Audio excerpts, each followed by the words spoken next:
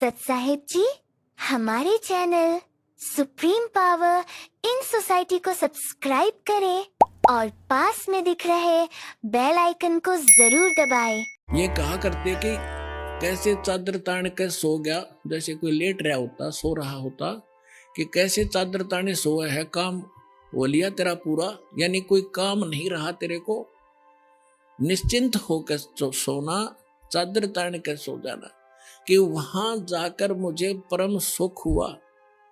अजब नगर में ले गए हमको परमेश्वर आने, आकर झिलके ब्रह्म अगाध गति वहां सूते चादर ताने, यानी कहते निश्चिंत होकर वहां ठाठ से सोए, वहां कोई दुख नहीं, कोई चिंता नहीं, कोई जन्म मरण नहीं, कोई रोग नहीं, किसी प्रकार का अभाव नहीं। भगवान की झलक हमेशा हमारी आंखों के सामने रहती है।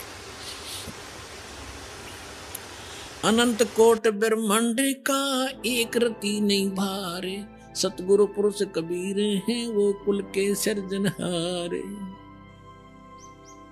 अब क्या बताते हैं, गैबी ख्याल विशाल सतगुरु अचल दिगंबर थीर हैं, भक्ति हेत काया धर आए अवगत सत कबीर हैं, हरदम खोज हनोज हाजिर त्रिवेणी के तीर हैं, दास गरीब तबीब सतगुरु बंदी छोड़ कबीर हैं। हम सुल्तानी नानक तारे दादू को उपदेश दिया, जात जुलाहा भेद न पाया वो का सीमा है कबीर हुआ। सब पदवी के मूल हैं ये सकल सिद्धि हैं तीरे, दास गरीब सतपुरुष बजो वो अवगत कला कबीर। जिंदा जोगी जगत गुरु ये मालिक मुर्शिद पीर, दो दीन झगड़ा मंडा पाया नहीं शरीर। एक मलुकदास नाम के महापुरुष हुए हैं, बहुत बड़े किसान थे, अरोड़ा जाति से थे। परमात्मा उनको मिले, थोड़ी सी झलक सुनाते हैं, क्योंकि वेदों ने बताया कि वो परमात्मा अच्छी आत्माओं को मिलते हैं जो दृढ़ भक्त होते हैं। मलुकदास नाम के अच्छी आत्मा थे, किसान थे, खत्री अरोड़ा जाति से थे, लेकिन पुण्यात्मा तो पुण्यात्मा ही रहती है। तो परमात्मा क्या लीला किया करते हैं, पहले कहीं भी किसी क्षेत्र में आ जाते थे। जैसे दास बता रहा था, भगवान तीन प्रकार से हमारा धारण पोषण करता है। एक तो स्थिर वहां शरीर में रहते हैं, तेजों में शरीर में सतलोक में। दूसरा वो शिशु रूप धारण करके प्रत्येक युग में एक ही लीला करते हैं ऐसी। और फिर अन्य जो शरीर धारण करके किसी साधु संत के रूप में कहीं पर भी किसी के वहां प्रकट हो जाते हैं। और पहले तो ऐसा कम्युनिकेशन था नहीं आपस में, 150 किलोमीटर दूर कोई बैठा रहे, 10 दिन 1 महीने पता ना लगा उसका वहां कौन रहा करता। ऐसे उस समय परमात्मा कहीं भी प्रकट हो जाते थे और वहां रहते थे 1, 2 वर्ष, 4 वर्ष, 10 वर्ष, और अपना नाम गाम बताते नहीं थे। हम भी सुना करते थे कि एक साधु आया था, उसने नाम गाम नहीं बताया, पड़ा पहुंचा हुआ था और उसकी महिमा गाई जाती थी, परंतु ये नहीं पता होता था वो कौन थे, कहां से आए थे, कि वो बताया नहीं करते थे। तो ऐसे परमात्मा एक स्थान पर रह रहे थे, आश्रम बनाकर छोटा सा, और वहां से फिर उनके भक्त गांव नगर में हो जाते थे। एक गांव में 4-5 घर थे, 5-6, तो भगवान वहां जाते थे, गांव गांव में, नगर नगर में अपना अमृतवाणी सुनाया करते थे, बोल बोल के जैसी लीला भगवान किया करते। तो मलुकदास के गांव में 4-5-6 भक्त परिवार थे। तो गुरुजी वहां गए सत्संग करने के लिए, तो सभी ने प्रार्थना की आज हमारे घर करना, कल हमारे घर करना, हमारे घर चरण रखना। अब गुरुजी जाते हैं तो उत्तम भोजन बनाया जाता है। तो पहले दिन एक घर में सत्संग किया, बढ़िया खीर खांड का भोजन, हलवा बनाया गया।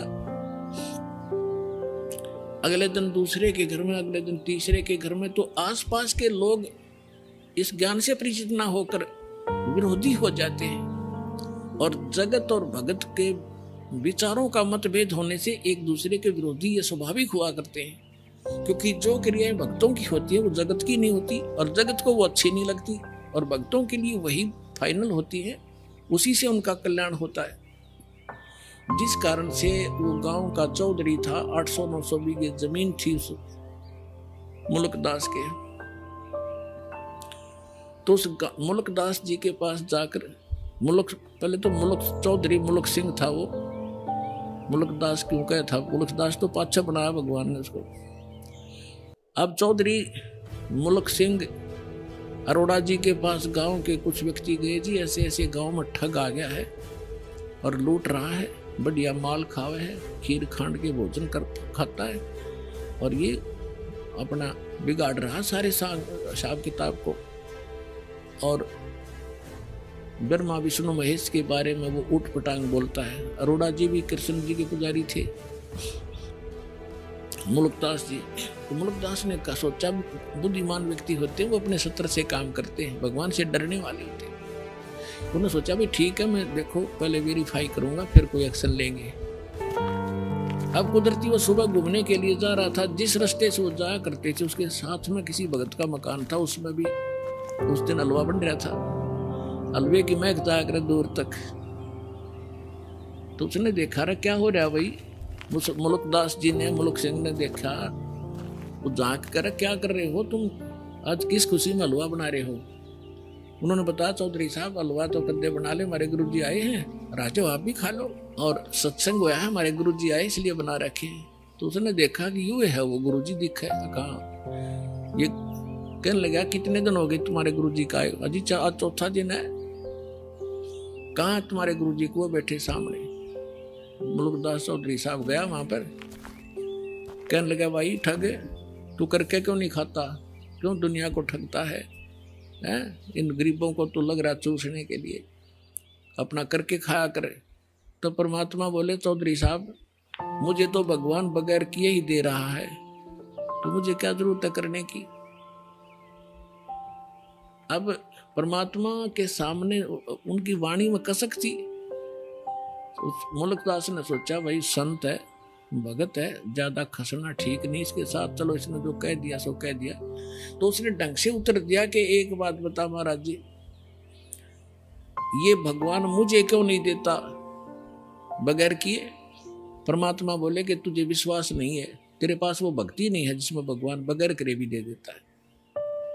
अब वो भक्ति तो इतनी समझा नहीं, कहने लगा कि एक शर्त रख।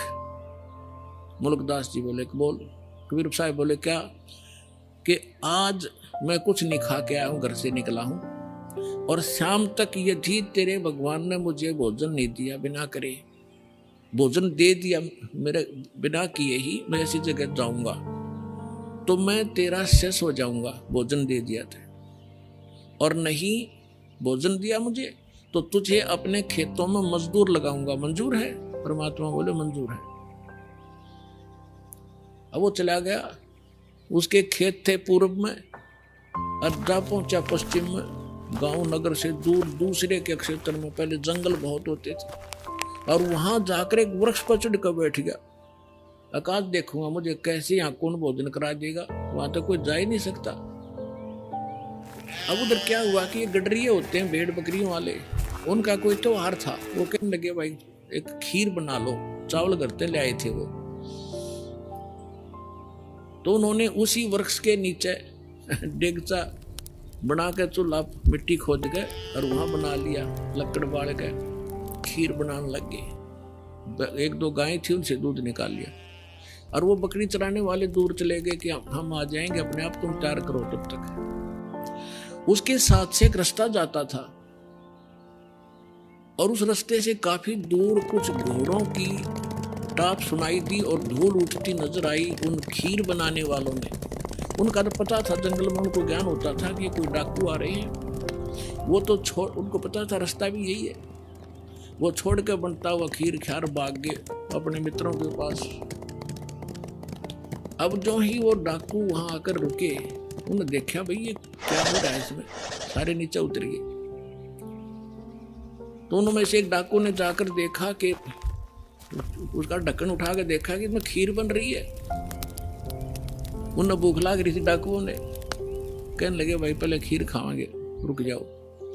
उनमें से एक समझदार सा था, वो कहने लगा, रख दे हमारे साथ धोखा हो जाए भाई, कोई इसमें विष डाल गया हो, पहले टेस्ट करना चाहिए, चेक करो फिर खाएंगे। तो चेक करने के लिए कोई पशु पक्षी देखने लगे भी इसमें से कुछ उसको खिलाते हैं। तो उन्होंने कहा, अरे बनाने वाले कहाँ चले गए, ये छुप रहे होंगे, तो देखो उनको, उन्हीं को खिलाएंगे पहले। इधर उधर देखा कोई नहीं पाया, फिर ऊपर ने देखा तो मुल्कदास बैठे ऊपर, चौधरी साहब। उन्होंने सोचा कि यही है ऊपर छुप गया डरता। उसने उन्होंने कहा डाकुओं ने कि आजा भाई नीचे आजा। अब उसने सोचा, जब तक उसने नो ध्यान नहीं था कि ये कौन है, वो तो क्यों आंख नीचे बैठा था, अगेन जानते न कोई देख ना ले मुझे। तो उसने कहा कि ना आऊं मैं नीचे, मैं नीचे नहीं आऊं आज। तो उन्होंने देखा कि मारो इसको गोली, हरामजादा क्यों नहीं आता। तो उन्होंने देखा है तो भाई गोली बंदूक भी ले रहे हैं। तो बोला मारियो ना, मैं नीचे आ जाता हूँ। वो नीचे आ गया, एक पात्र में खीर निकाल कर करके ठंडी और कहा इसको खा। वो नौका मैं खीर कती नहीं खाऊं, क्योंकि प्रतिज्ञा करके चेला बनना पड़ा चौधरी साहब ने। और उनका पक्की जचगी किसी ने कुछ ना कुछ मिला रखा है, निकम्मे ने, पक्का चोर है। वो खीर तो नाट्य वो धक्कत खाऊंगा, दो मारे झूठ ला तुम्हारी अखा बैठ गई। वो इतनी थोड़ी डाल रखी थी और डाली को और खा, जल्दी पता लग गया कि नहीं खाओगा तो जल्दी पता लगेगा इसका।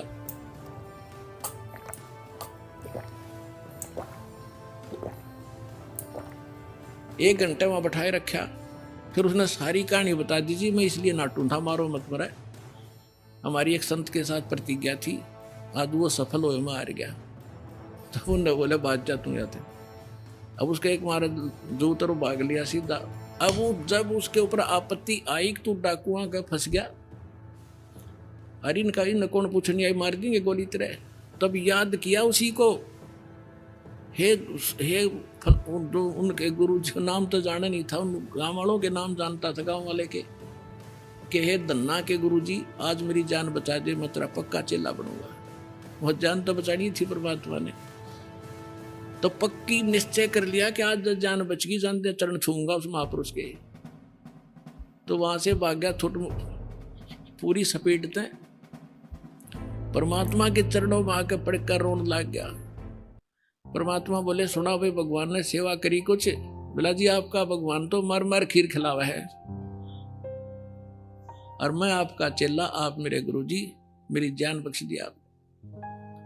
तो तब उस मुल्कदास ने क्या कहा, जब सारे ज्ञान से परिचित हुआ और सतलोक में ले गए भगवान, फिर वापस छोड़ा उस प्यारी आत्मा को। जपोरे मन साहेब नाम कबीर, जपोरे मन परमेश्वर नाम कबीर।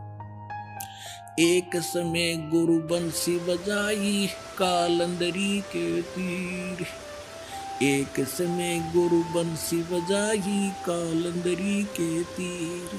सुर नर मुनि जन थक गए थे, वो रुक गया दरिया नीर। जपोरे मन साहेब नाम कबीर, जपोरे मन परमेश्वर नाम कबीर। काशी तज गुरु मगहर पहुंचे, दोनों दीन के पीर। काशी तज गुरु मगहर आए, दोनों दीन के पीर। कोई गड्ढे कोई अग्न जरावे, ढूंढा ना पाया शरीर। जपोरे मन साहेब नाम कबीर। चार दाग से सतगुरु न्यारे, अजर अमर शरीर। जपोरे मन साहेब नाम कबीर।